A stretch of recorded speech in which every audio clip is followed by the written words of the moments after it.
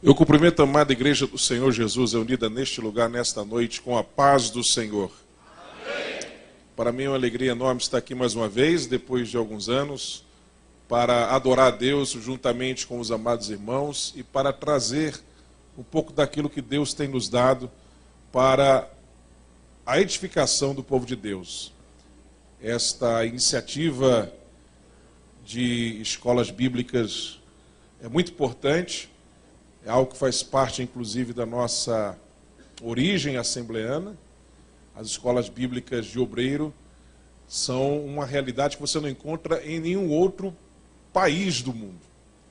Isso foi uma invenção dos missionários escandinavos que fundaram as Assembleias de Deus no Brasil e que foi inspirado nas escolas bíblicas de verão que eles tinham na Suécia, na Igreja Filadélfia, em Estocolmo, igreja liderada pelo pastor Levi Petrus, que foi quem enviou e sustentou a maior parte dos missionários escandinavos que vieram ao nosso país. Ao todo foram 67 missionários escandinavos, além dos missionários americanos.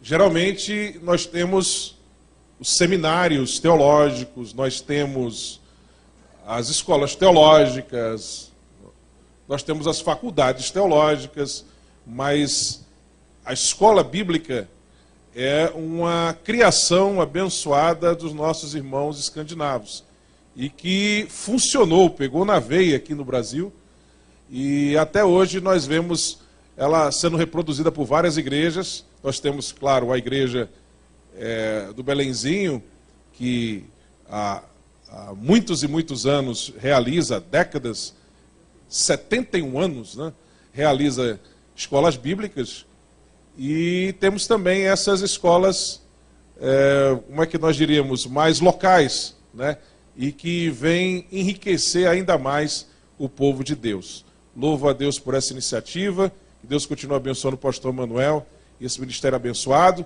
Eu quero aproveitar que estamos de pé e vamos ler mais um texto bíblico, amém? O texto que foi lido desta noite, o texto devocional, é um texto que dá tema à escola como um todo, né?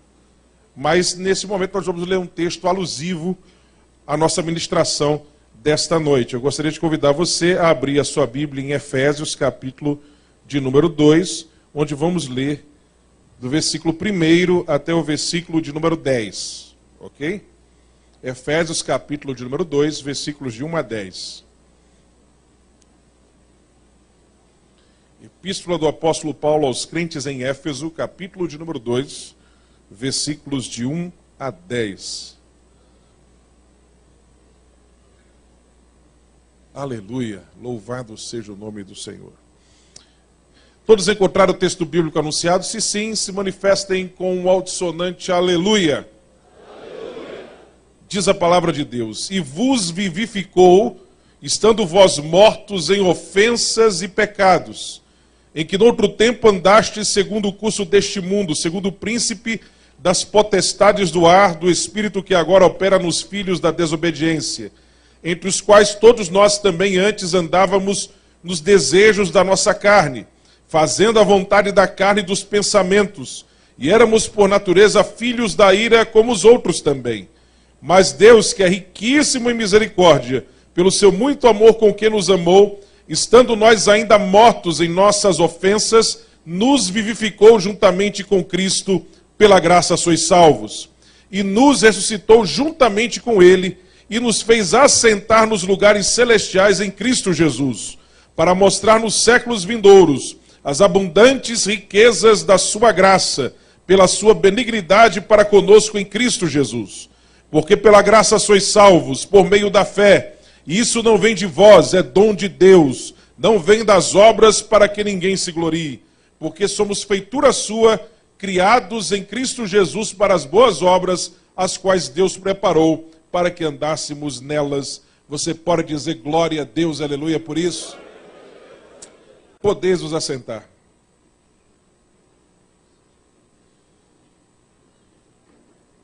Queridos irmãos, pediram para nós informarmos que aqueles que não trazem a apostila impressa podem via dispositivo móvel, seu tablet, seu celular, acessar o site da igreja, adbelém.sjc.com/EBO, e entrando ali, nessa área dentro do site, na área de EBO, Escola Bíblica de Obreiros, você vai encontrar lá a opção de clicar para baixar no seu tablet, no seu dispositivo móvel, aí, a apostila da ministração desta noite. Bem, o tema que me foi proposto foi arminianismo. Arminianismo, que é algo que faz parte da nossa tradição como assembleanos. A Assembleia de Deus é uma denominação arminiana. Nós sabemos, ou pelo menos devemos saber, que existem algumas correntes dentro do protestantismo no que diz respeito à compreensão da mecânica da salvação. O que é mecânica da salvação? Uma coisa é a mecânica da salvação, outra é a mensagem da salvação. Em qualquer ramo do protestantismo, você vai encontrar a mesma mensagem de salvação. Entre os luteranos, entre os batistas, entre os presbiterianos, entre os metodistas, entre os assembleanos, entre os congregacionais, você vai encontrar a mesma mensagem de salvação. Porém, há uma divergência quanto à compreensão a respeito da mecânica da salvação.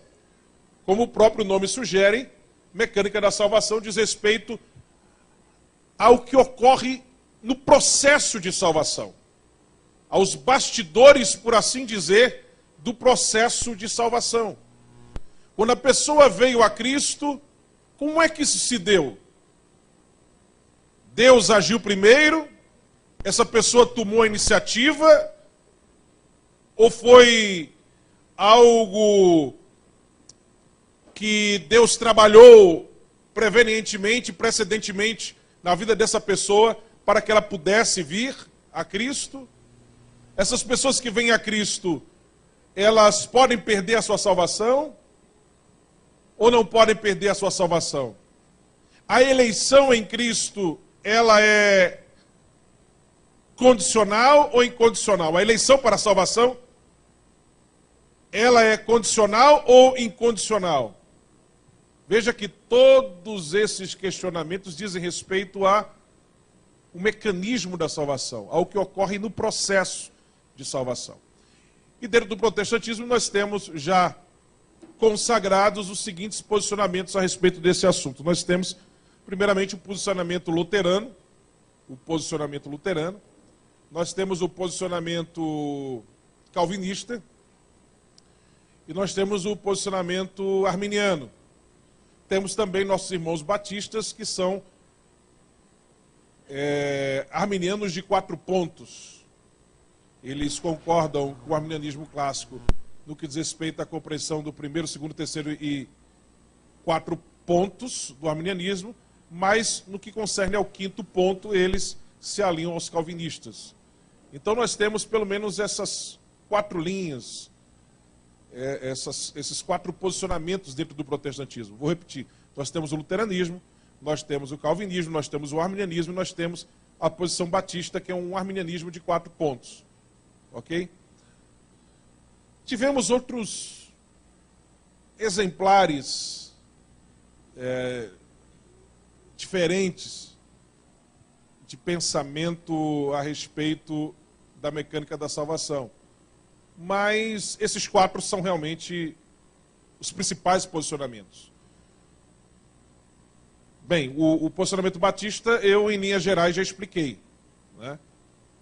A maioria dos batistas tem esse posicionamento arminiano de 4 pontos, embora você vai encontrar batistas calvinistas e batistas que são arminianos 100%, nos 5 pontos. Agora, qual seria então o posicionamento luterano? Né? Como é que eu vou distinguir ele dos demais? O posicionamento luterano é um meio termo entre o calvinismo e o arminianismo. É um arminianismo de 3 pontos, ou é um calvinismo de 2 pontos, como queira. O luteranismo, ele concorda em 3 pontos com o arminianismo e concorda em 2 pontos com o calvinismo. Ele é um meio termo. Inclusive, esse meio termo foi estabelecido na chamada Fórmula de Concórdia no ano de 1577, depois da morte de Lutero e de Melanchthon, seu braço direito na Reforma. O que acontece é que o Lutero jovem, ele tinha um posicionamento 100% calvinista. Ele foi calvinista antes de Calvino, né? Ele era um calvinista rígido, um monergista rígido, como se diz tecnicamente. Extremamente rígido, ao ponto de defender uma posição confessadamente fatalista em sua obra A Escravidão da Vontade. Porém, na versão original de sua Escravidão da Vontade, né, depois ele fez uma retificação antes de morrer, que tirou essa conotação fatalista de muitas passagens. Mas Lutero, depois, com o passar do tempo, suavizou sua posição. Enquanto Melanchthon, seu braço direito, que começou calvinista em sua posição, né? Naquela época não se chamava calvinismo ainda. Calvino, nessa época, sequer era protestante ainda. Ele ainda era um jovem que estava estudando direito, um jovem católico que estava estudando direito na França, né? Melanchthon inicialmente tinha uma posição monergista, mas rapidamente abandonou essa posição e já na segunda edição de sua obra principal, Loci Communis, que significa lugares comuns em latim, né, que é a primeira teologia sistemática do protestantismo, ele já muda sua posição e passa a defender uma posição 100% arminiana. Aqui é importante frisar que é mentira, é uma inverdade, é um erro colossal afirmar que o arminianismo é uma coisa que surgiu no protestantismo 100 anos, cerca de 100 anos, depois do início da Reforma, com um tal de Armínio na Holanda no século XVII.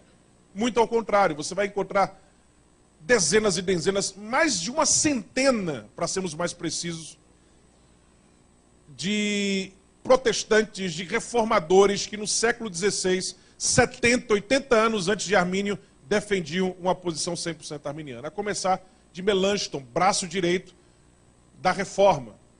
A segunda edição da Loci Communis dele foi lançada antes da primeira edição das Institutas de Calvino. E lá você já tinha, na primeira teologia sistemática do protestantismo, uma posição soteriológica 100% arminiana. 100% arminiana. E aí o que acontece? Quando Lutero morre e Melanchthon morre, os seus sucessores do luteranismo brigam entre si, porque há uma ala que é calvinista, né? Nessa época, repito, não se usava ainda o nome calvinismo, se bem que depois de Melanchthon e Lutero, o Calvino já estava labutando já na Suíça, na Reforma na Suíça, lá em Genebra, mas ainda não se usava esse nome calvinismo, né? Então você tinha um grupo mais calvinista, que era chamado de gnésio-luteranos, eles se denominavam gnésio-luteranos, quer dizer, luteranos puros, e havia o grupo melanchtoniano, que defendia a posição arminiana, e eles se digladiaram entre eles, até que no ano de 1577 eles resolveram chegar a um consenso. Havia 2 divergências entre eles. Uma quanto à ceia e outra quanto à mecânica da salvação. Quanto à mecânica da salvação, uma ala era calvinista, a outra era arminiana. E quanto à ceia, uma ala defendia a consubstanciação, que é como Lutero defendia a ceia, que é diferente da transubstanciação católica, mas é um meio termo ali, né? Consubstanciação ainda tem um pouquinho daquela compreensão católica lá da ceia, né? Não é igual, mas tem algo parecido. Né? E você tem a posição de Melanchthon, que defendia uma posição que é semelhante à nossa. Aqui nós, a maioria dos protestantes defende, né? Pois bem, aí nessa discussão entre eles chegaram a um consenso. Foram fiéis à posição de Lutero quanto à ceia, e na questão da mecânica da salvação, eles chegaram ao meio termo. Nem calvinista, nem arminiano. Né? Nem muito ao mar, nem muito à terra. Ali no meio do caminho, que é a posição luterana, foi estabelecida na Fórmula de Concórdia, em 1577, que recebe esse nome justamente porque foi o momento em que houve uma concórdia, um acordo, uma paz entre os luteranos sobre essas questões. E essa Fórmula de Concórdia é o que guia, o que orienta o pensamento doutrinário dos luteranos até hoje, justamente com a Confissão de Augsburgo. Pois bem, então você tem, no século XVI, muitos arminianos. Você tem Melanchthon, você tem também Jan Laski, o grande reformador da Polônia, você tem o Hengsen na Dinamarca, você tem outro colega dele da Dinamarca, que me foge agora o nome, você tem o Casodoro de Reina, você tem o Antônio Corro, você tem o Sebastião Castellon, você tem o Thomas Cranmer, Hugo Latimer, você tem o Bullinger na Suíça, você tem o Teodoro Bibliander na Suíça também, enfim. Você tem os Freewheelers da Inglaterra, que são listados, dentre eles 47, que foram martirizados durante o reinado de Maria Sanguinária, Mary Blother, Maria Católica, que matou muitos protestantes durante seu reinado no século XVI na Inglaterra. Enfim, só Freewheelers eram 47, né? Enfim, são mais de 100, e de todos os países onde houve reforma protestante. Suíça, Polônia, Dinamarca. Todos os lugares onde teve trabalho de reformadores, você tinha reformadores defendendo uma posição 100% arminiana. John Hooper, enfim, são vários os nomes, né? Eu passaria aqui muito tempo falando sobre cada um deles, mas o tempo não nos permite fazer isso. É só para você se conscientizar que estamos falando de algo que faz parte das raízes do protestantismo, ok? Não estamos falando de uma coisa que surgiu muito tempo depois. É algo que desde os primórdios do protestantismo, ainda na primeira metade do século XVI, ainda no nascedouro da Reforma, era uma visão sobre a mecânica da salvação à luz da Bíblia. Mas eu vou mais longe. Se você for para os primórdios do cristianismo, também você vai encontrar o arminianismo lá. É interessante que nós encontramos alguns irmãos calvinistas que costumam chamar a sua compreensão da mecânica da salvação de as velhas doutrinas da graça. Na verdade, são as novíssimas doutrinas da graça, porque a visão chamada de calvinista, historicamente, só foi surgir na história do cristianismo com Agostinho de Hipona no 5º século da era cristã, ele já no final de sua vida. Mudou de posição 12 anos antes de morrer e inventou um posicionamento que não teve paralelo na história do cristianismo antes dele. Os primeiros 400 e tantos anos da história do cristianismo, a posição da igreja era sinergista. O que é sinergismo? Eu chamei o calvinismo de monergismo, né? O que é sinergismo, que é o oposto? Vamos explicar isso. Mono significa um. O prefixo sim tem a ver com conjunto, com cooperação. Né? Monergismo quer dizer somente um age. A compreensão calvinista é monergista, ela crê que só Deus age no processo de salvação. O homem tem participação alguma. É monergismo. Monergismo. O homem não tem participação alguma. Já a posição sinergista, que é a posição bíblica, que nós entendemos que é a posição bíblica, e que alguns também chamam de monergismo condicional, quer dizer, Deus é quem opera a salvação é toda de Deus, mas existe uma condicional que Deus dá ao homem, de maneira que o homem tem uma ínfima participação, mas tem. Né? O sinergismo evangélico, o monergismo condicional, é uma posição que está nos primórdios da igreja. Sinergia significa que há uma cooperação. Isso não significa dizer que a cooperação é meio a meio, 50-50, 50% a 50%. Não é que o homem tem o mesmo peso que Deus no processo de salvação. Não. O homem só tem uma cooperação que é passiva no momento em que ele aceita a salvação. E depois de salvo, é uma cooperação ativa, porque aí ele tem que operar a sua salvação. E mesmo ele tendo que operar a sua salvação, ele a opera com auxílio do Espírito Santo de Deus e tendo agora gerado em si uma nova natureza espiritual que ele não tinha antes. Então, mesmo nesse momento em que ele é ativo, ele precisa do auxílio da graça de Deus para poder desenvolver a sua salvação e para poder ir até o fim na sua trajetória de vida cristã. Ok? Então a participação maior é de Deus, obviamente. Na verdade, a salvação é toda de Deus. O homem entra apenas no processo de forma passiva, mas ele tem uma participação. Passiva, mas tem. E depois de entrar na salvação, ativa. Ok? Então, sinergismo evangélico é isso. Sinergismo é isso. E nos primeiros 400 anos da história da igreja, o que você tem é uma compreensão sinergista da salvação. Você pode vasculhar todos os pais da igreja. Não só pais da igreja, escritores eclesiásticos, porque nem todos aqueles escritores cristãos dos primeiros 4 séculos são chamados de pais da igreja. Alguns são chamados de escritores eclesiásticos, porque para ser pai da igreja você tinha que ter vários requisitos. Por exemplo, você nunca deveria ser condenado por heresia, você tinha que ser uma pessoa considerada santa, enfim, você tinha um critério para ser considerado pai da igreja, né? De maneira que, por exemplo, Orígenes, que geralmente é tido como pai da igreja, ele na verdade é considerado um escritor eclesiástico pelos historiadores cristãos, porque ele chegou a ter ensino seus condenados em sínodo. Então ele não pode ser considerado um pai da igreja.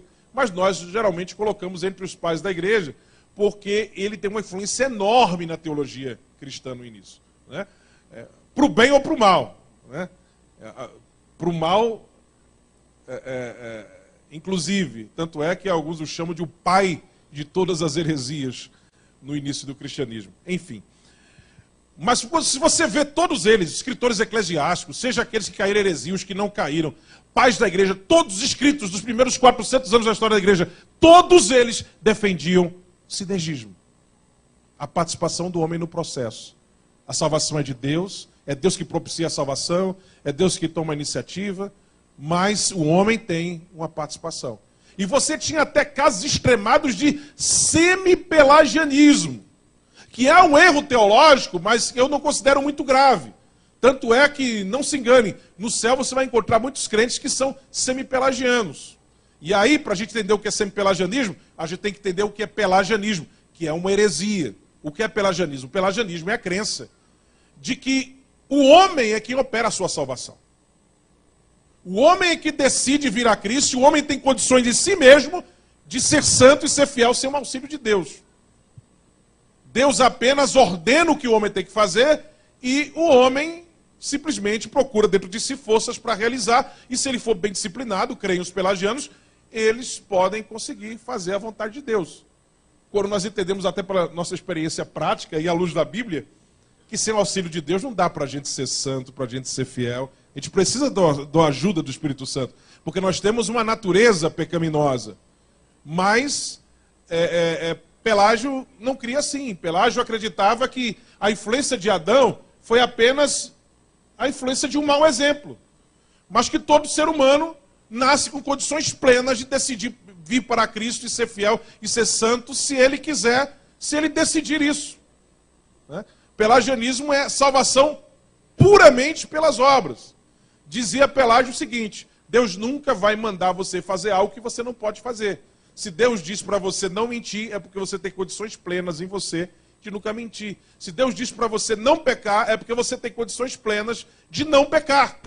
Porque Deus nunca vai mandar você fazer algo que você não pode fazer. Sendo que ele esquece que Deus nos manda fazer as coisas, mas também nos dá condições de fazer. Ajuda para poder fazer. Por isso que a gente tem condições de fazer. Porque ele nos dá a sua graça, seu Espírito Santo, uma nova natureza, para que a gente possa fazer a vontade de Deus. Mas o pelagiano não acredita nisso. Ele não acredita nessa coisa de pecado original, de corrupção do gênero humano, de herdar a natureza pecaminosa de Adão. Ele não acredita em nada disso. Em nada disso. O semi-pelagiano, ele acredita sim que a queda de Adão afetou a sua descendência. E que todos os descendentes de Adão herdaram a natureza pecaminosa. Mas eles creem que essa corrupção é parcial. é parcial. Inclusive, até o pecado de Adão, eles nem chamam de pecado original, eles têm até uma nomenclatura diferente. Pecado ancestral. A única denominação cristã do mundo que oficialmente é semipelagiana é a igreja ortodoxa, a igreja oriental. Ortodoxa grega, ortodoxa russa, eles são oficialmente, em sua teologia, semipelagianos. Eles creem em pecado ancestral, creem na corrupção parcial do gênero humano.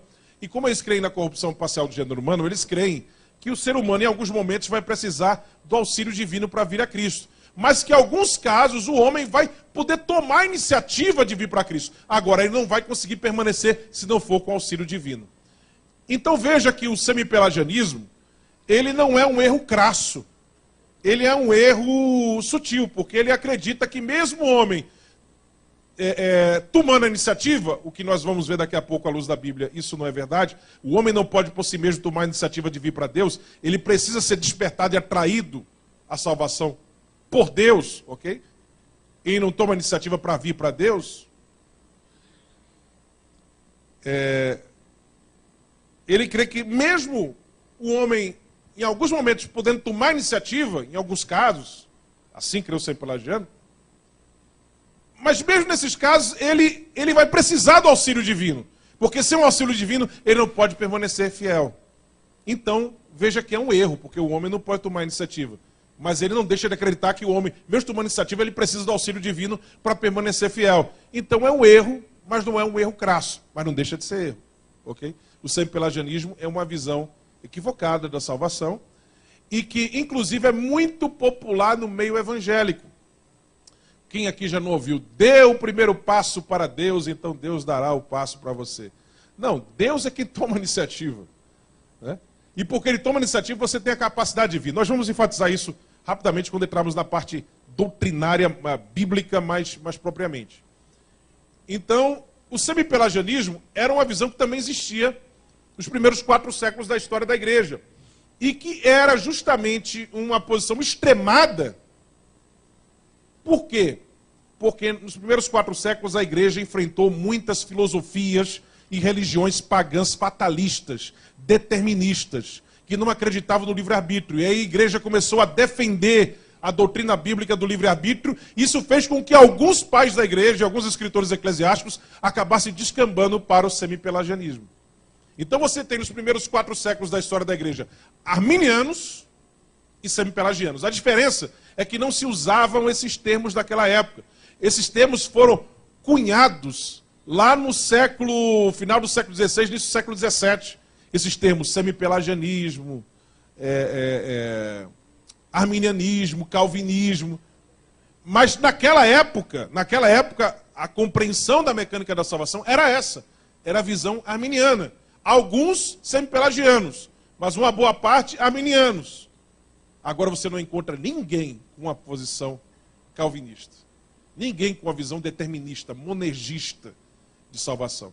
Isso só vai surgir, repito, com Agostinho, bispo de Hipona, na África, no norte da África, no início do 5º século.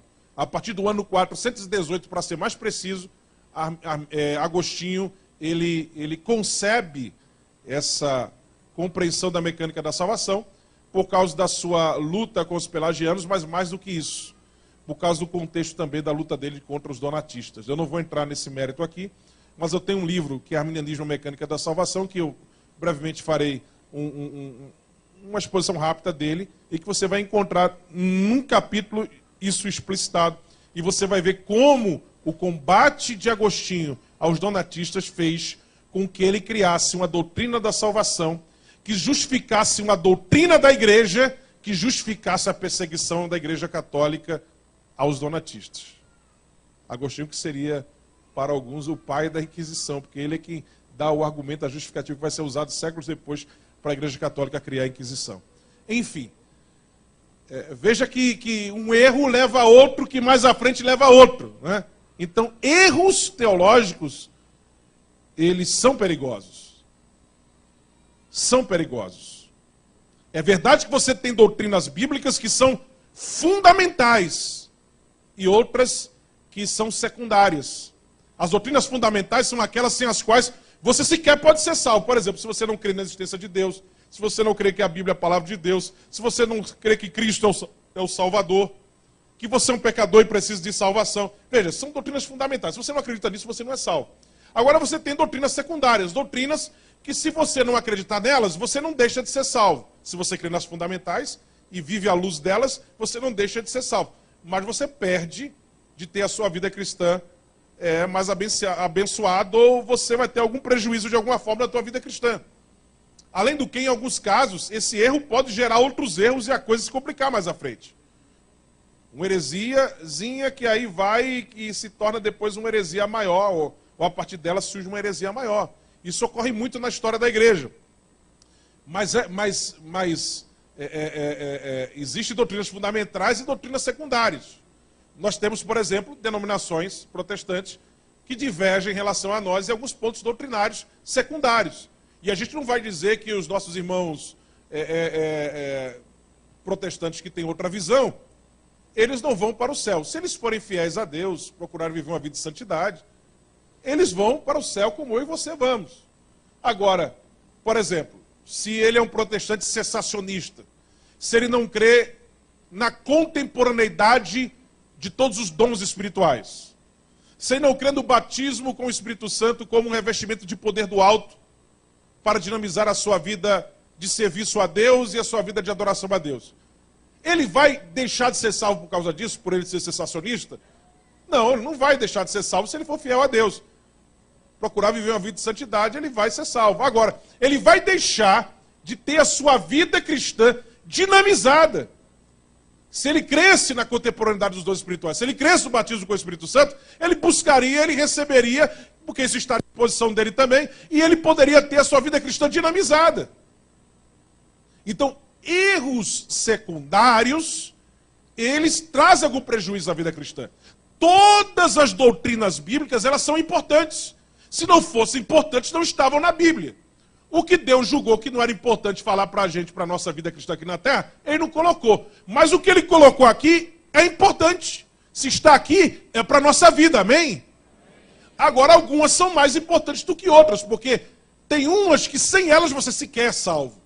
Tem outras que sem elas você não deixa de ser salvo, mas você vai ter algum prejuízo na sua vida cristã de alguma forma. Ok? Além do que, repito, em alguns casos a coisa pode escambar para um erro mais à frente, maior, uma coisa mais grave. Por exemplo, uma compreensão equivocada sobre a mecânica da salvação pode levar alguns irmãos para uma visão de salvação pelas obras. Ou pode levar outros irmãos, que têm uma tendência mais calvinista, para uma visão fatalista da vida cristã. Eu não preciso evangelizar, eu não preciso procurar viver a vida de santidade, porque se já é um jogo de cartas marcadas, Deus já definiu quem vai ser salvo e quem não vai ser, então não preciso evangelizar, não preciso fazer missões, não preciso me preocupar com nada disso. Veja o perigo. Eu não estou dizendo que todos os irmãos calvinistas pensam assim, agem assim. A maioria dos calvinistas é de calvinistas compatibilistas, que mesmo acreditando que Deus já determinou quem vai ser salvo e quem não vai, eles pregam que as nossas decisões, as nossas escolhas são reais, e que mesmo se nós entendemos por que nós devemos pregar o evangelho, fazer missões, veja, é uma contradição ambulante, mas pelo menos eles evangelizam, fazem missões, enfim. Eles tentam fazer isso, porque, afinal de contas, Deus nos manda pregar, parece meio nonsense se ele já determinou tudo, mas ele faz isso porque é o meio pelo qual ele vai fazer com que os eleitos sejam despertados e venham a Cristo. Então eu vou pregar. Né? Veja que isso enfraquece o ímpeto evangelístico, como já aconteceu na história da igreja. Eu documento isso no meu livro também. O perigo de uma compreensão equivocada de uma doutrina bíblica. Percebe? Então, nessa primeira parte que eu estou falando aqui da questão histórica, eu quero que você entenda. Estamos falando de algo que faz parte da raiz do cristianismo, que é a compreensão dos primeiros cristãos sobre a mecânica da salvação. E que também não é algo que está longe da raiz do protestantismo. Está no início do protestantismo também. E nós, arminianos, cremos, como nossos irmãos calvinistas, que somente Cristo, somente a graça, somente a fé, somente a Deus a glória e somente as Escrituras, amém? Nós cremos nisso. Agora, eles interpretam a mecânica da salvação de forma diferente, lamentavelmente, infelizmente. Ok? E quanto a nós pentecostais, e nesse ponto agora eu vou fechar essa parte histórica. E quanto a nós pentecostais, o arminianismo tem grande importância. O pentecostalismo surgiu, principalmente aqui no Ocidente, de dentro dos movimentos de renovação espiritual do século XIX, que surgiram dentro do movimento arminiano. Os metodistas, os batistas arminianos, os nazarenos, né, que naquela época não se chamavam nazarenos ainda, a igreja nazarena seria criada no século XX, mas chamava-se movimento Holiness, movimento da santidade, do século XIX, né, final do século XIX, início do século XX. Esses movimentos renovacionistas, avivalistas do século XIX, eles desaguariam no movimento pentecostal moderno, que começa exatamente no iniciozinho do século XX. William Joseph Seymour, por exemplo, o homem que Deus usou no avivamento da Rua Azusa, lá em Los Angeles, no ano de 1906, ele era do movimento da santidade. Ele era arminiano. O movimento da santidade surgiu dentro do metodismo, que é uma denominação arminiana. Charles Fox Parham, que antes dele, na escola teológica em Topeka, Kansas, ensinou o batismo com o Espírito Santo como uma segunda bênção, um revestimento de poder do alto, uma bênção subsequente à salvação, está disponível a todos os crentes e que é evidenciado de forma externa pelo falar de outras línguas. Há as evidências internas também, mas a externa é o falar em outras línguas. Charles Fox Parham era um pastor metodista. A sua escola teológica, em Topeka, Kansas, era uma escola teológica metodista, de linha arminiana, portanto. Okay? Levi Petrus era um batista arminiano. Gunnar Wingre e Daniel Berg eram batistas arminianos. Gunnar Wingre chegou a ser pastor nos Estados Unidos antes de vir para o Brasil. Daniel Berg, ele quando veio para o Brasil, ele não era pastor, né? Ele era amigo de infância do Levi Petrus, e foi inclusive ele o contato de Gunnar Wingre com Levi Petrus para que depois Petrus o sustentasse, depois que eles já tinham começado a obra no Brasil. Porque Daniel Berg tinha sido amigo de infância de Levi Petrus. Daniel Berg foi para os Estados Unidos para ganhar vida, fazer dinheiro. Gunnar Wingre não, foi para lá com uma visão espiritual. Ele foi lá estudar teologia, se formou em teologia, foi ordenado pastor batista nos Estados Unidos, dirigiu, pastoreou a igreja batista sueca nos Estados Unidos, mas aí Deus batizou ele com o Espírito Santo. E Daniel Berg, naquele avivamento pentecostal no início ali do século XX dos Estados Unidos, também foi batizado com o Espírito Santo. E os dois se encontraram e tinham um irmão lá que era amigo comum dos dois, que teve uma visão, ou foi uma visão, ou foi uma profecia, via interpretação de línguas, foi alguma coisa assim, em que a mensagem chegou dizendo que eles tinham que ir para um lugar chamado Pará.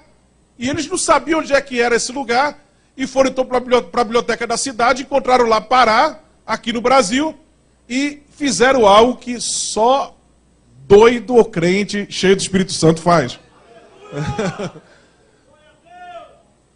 Sem dinheiro, sem conhecer a língua, sem conhecer ninguém naquele país, sem ter ninguém para receber eles.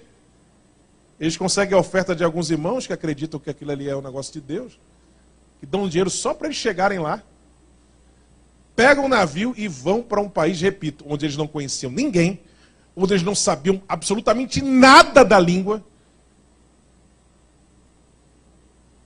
Um lugar que eles não conheciam nada, só porque Deus disse para eles irem.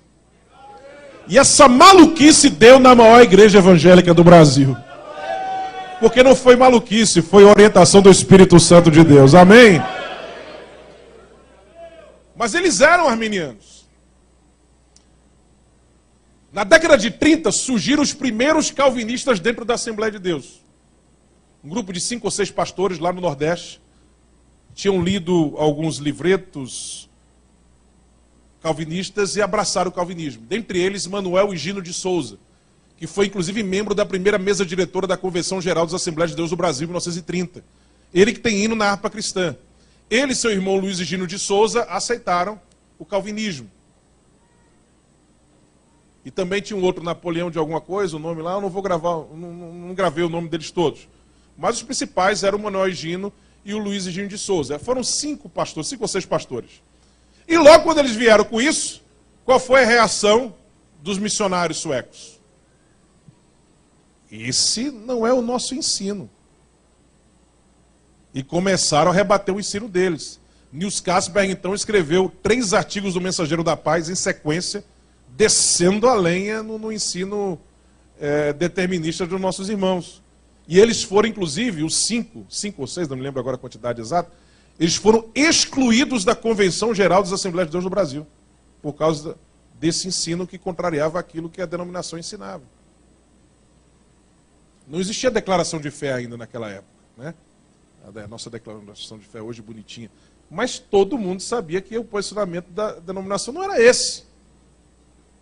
Os missionários suecos disseram, esse não é o nosso posicionamento. Os pastores brasileiros foram fiéis aos missionários, e então esses 6 pastores foram excluídos.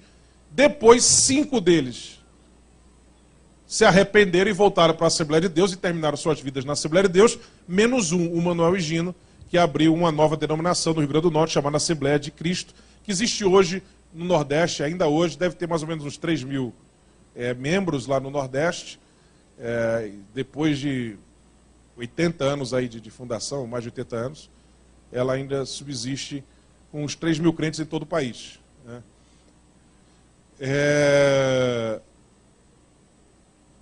Foi a primeira vez que isso aconteceu. Nos nossos artigos, nos Mensageiro da Paz, depois de Vista Seara e Vista Obreiro, nós sempre defendemos uma posição sinergista da salvação. Em 1971, Niels Lawrence Olson, mais conhecido como Lourenço Olson, nós gostávamos sempre de aportuguesar o nome dos nossos missionários que vinham lá de fora, porque era difícil às vezes pronunciar o nome deles. Lars Erik Bagster virou Eurico Bagster. Irmão Eurico. Fica mais fácil dizer Eurico do que Lars Erik, né? Já imaginou?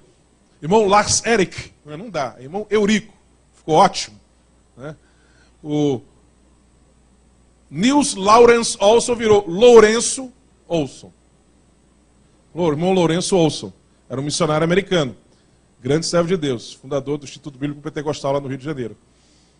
Bem, ele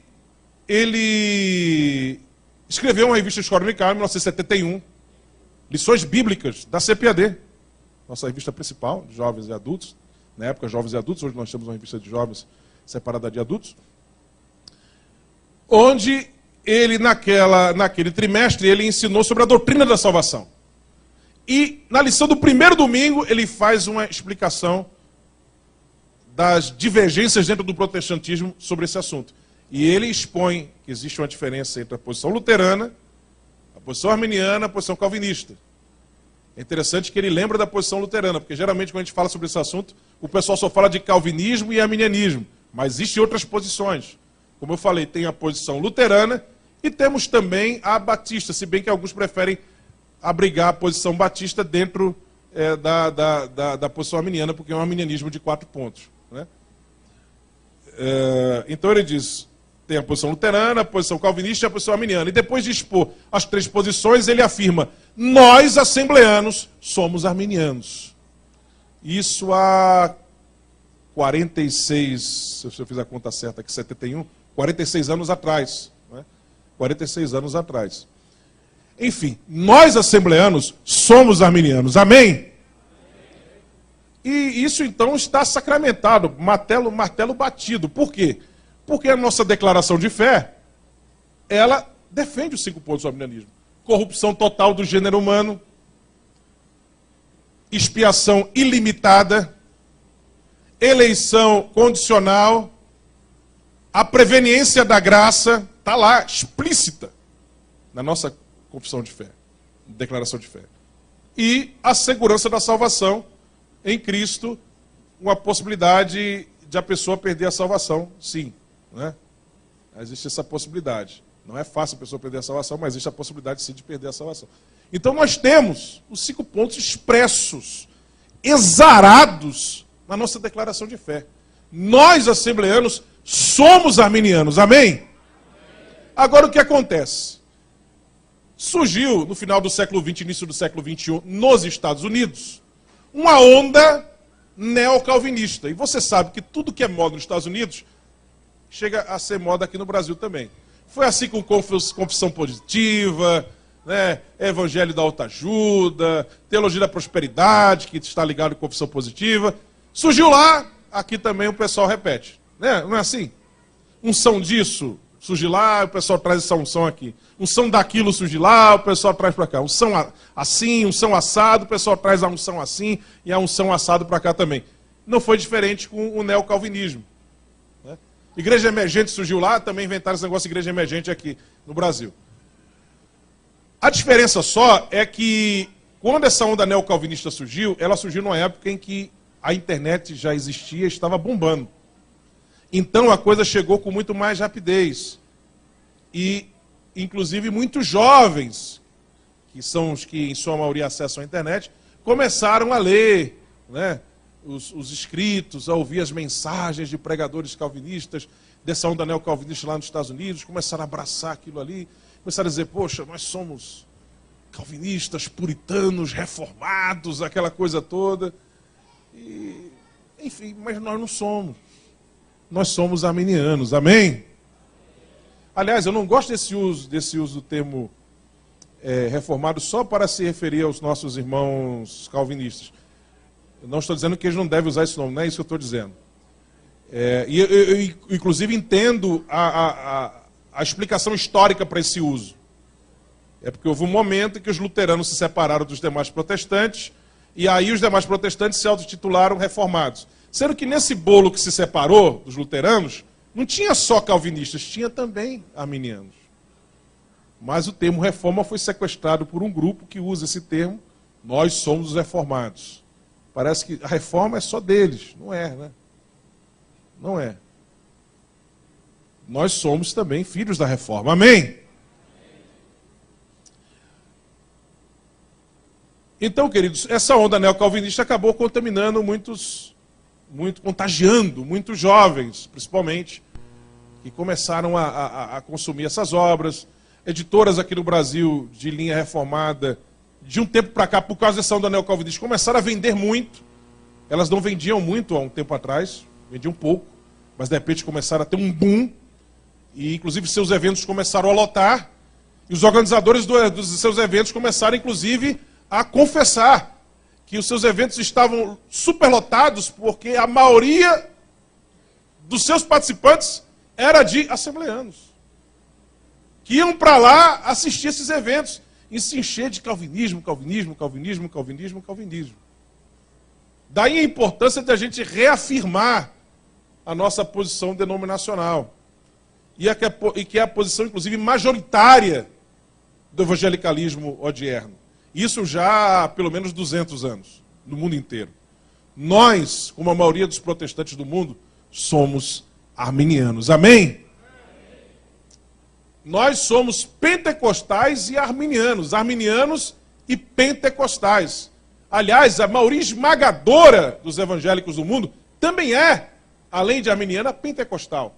Dos cerca de 900 milhões de protestantes do mundo, cerca de 700 milhões, de 900 milhões, cerca de 700 milhões são pentecostais. Sabe o que significa? Que a igreja do arrebatamento, não por acaso, vai ser majoritariamente arminiana e pentecostal. Será que isso é por acaso? É Deus preparando a sua igreja para o arrebatamento.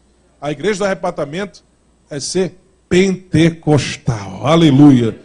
Louvado seja o nome do Senhor Jesus. Inclusive temos irmãos em Cristo, protestantes, calvinistas inclusive, que já creem na contemporaneidade dos dons espirituais. Né? Alguns ainda teimam em dizer que batismo com o Espírito Santo é sinônimo de salvação, não é uma bênção subsequente à salvação. Mas eles creem na contemporaneidade dos dons e buscam os dons, línguas, profecia, interpretação de línguas, enfim. É Deus trabalhando, preparando a noiva para o arrebatamento. Louvado seja o nome do Senhor. Vamos fazer uma pausa. Eu passei dos meus 45 minutos, está fazendo quase 50 que eu estou falando.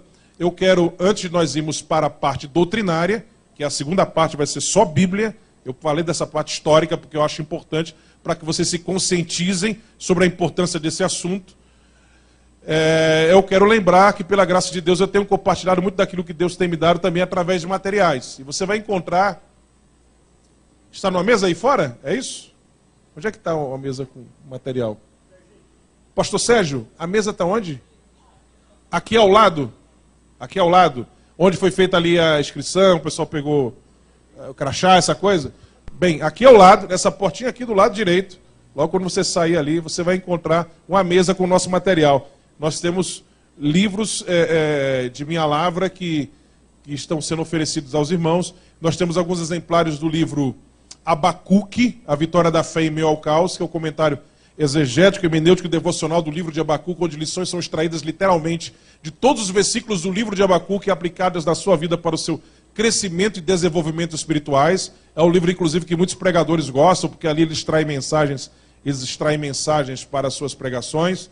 Nós temos também alguns exemplares do livro Uma Jornada de Fé, que fala da saída do povo de Israel do Egito rumo à Terra Prometida. E nós encontramos ali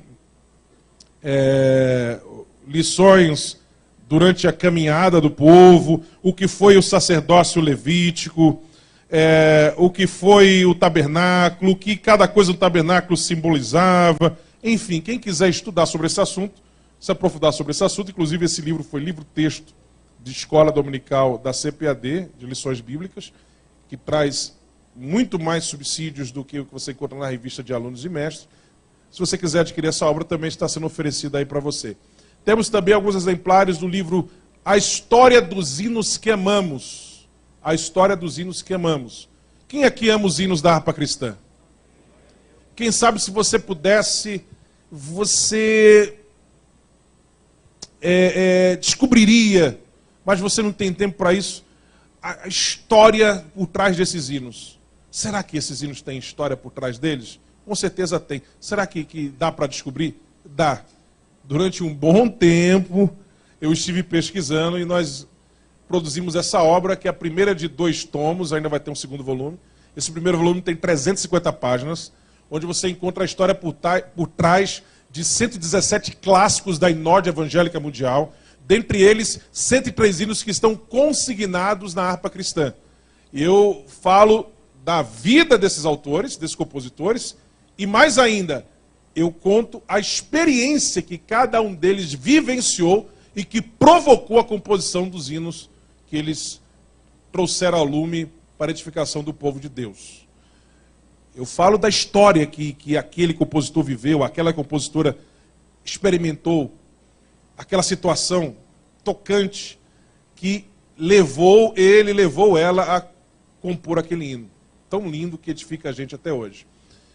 Quando você souber a história por trás desses hinos, com certeza você vai cantá-los com muito mais sabor e percepção espiritual. Amém? Temos também alguns exemplares da Declaração de Fé das Assembleias de Deus do Brasil. Eu trouxe, acho que só 10 exemplares. Né? E não tem desculpa, tá? Porque é R$10 apenas. É para você adquirir mesmo. Todo assembleano tem que ter a Declaração de Fé da Assembleia de Deus. Ainda mais quem ensina, quem prega. Obreiros, professores de escola dominical, professores de seminários da instituição, tem que ter a declaração de fé da denominação. Amém? Infelizmente eu só trouxe 10. Eu queria trazer mais, mas não pude trazer. Trouxe pelo menos 10 aí para oferecer a vocês. E temos também, finalmente, eu deixei para o final, alguns exemplares do meu mais recente livro, que a CPAD está imprimindo agora a 3ª tiragem. A 2ª tiragem acabou de se esgotar. Vai completar agora, daqui de alguns dias, 6 meses de lançado, e a CPAD já está na sua 3ª tiragem, o livro Arminianismo, a Mecânica da Salvação. Que, modéstia à parte, é a melhor obra do mercado editorial evangélico brasileiro tratando sobre esse assunto. É uma obra de 624 páginas, dividida em 3 partes. A primeira parte é história, a segunda parte é teologia, e a terceira parte é exegese. Na parte de história, eu falo tudo isso aqui que eu falei, e muito mais. Afinal, a parte de história, ela compreende só ela quase 300 páginas. Né? Eu falo sobre a visão arminiana na Antiguidade, nos primeiros 4 séculos da Igreja, durante o final da Antiguidade, início da Idade Média, na Alta Idade Média, na Baixa Idade Média, no início da Reforma Protestante, no século XVII, os conflitos dentro do protestantismo sobre esse assunto, e falo também sobre a importância do arminianismo para a história da Igreja, para missões, para o evangelismo, para os avivamentos da história da Igreja, para também a política e a consolidação da democracia no Ocidente. Poucas pessoas sabem disso, mas o arminianismo é uma corrente teológica que influenciou o direito internacional, influenciou a política, o Estado Democrático de Direito, tudo isso está documentado nessa obra. Okay?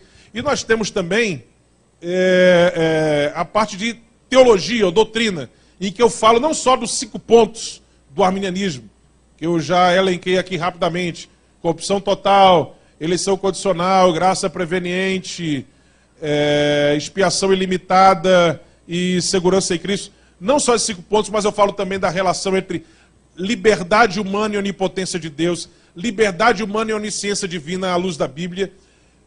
E tem um capítulo especial sobre tendências negativas de uma compreensão equivocada sobre a mecânica da salvação. E falo também sobre a diferença de semi-pelagianismo e arminianismo. E, finalmente, nós temos a parte de exegese. A parte de exegese seleciona os textos que muitas vezes os irmãos diante deles se encontram confusos, pensando que eles apontam para algum determinismo na salvação. São textos, inclusive, que nossos irmãos calvinistas costumam evocar, chamar a atenção para defender a sua posição. Mas quando esses textos são corretamente compreendidos, nós percebemos que, na verdade, eles corroboram, fortalecem aquela compreensão da mecânica da salvação à luz da Bíblia, que historicamente recebe o nome de arminianismo. Na parte de exegese você vai ter uma análise sobre esses textos todos. Romanos 9, enfim, tem várias passagens bíblicas que são citadas por nossos irmãos calvinistas e que são analisadas nessa terceira e última parte do livro. Os irmãos adquirindo essas obras, claro, vão estar nos abençoando, mas acima de tudo vão estar sendo abençoados por Deus, porque esse material foi produzido principalmente para honrar e glorificar o nome do Senhor através da edificação do seu povo. Amém?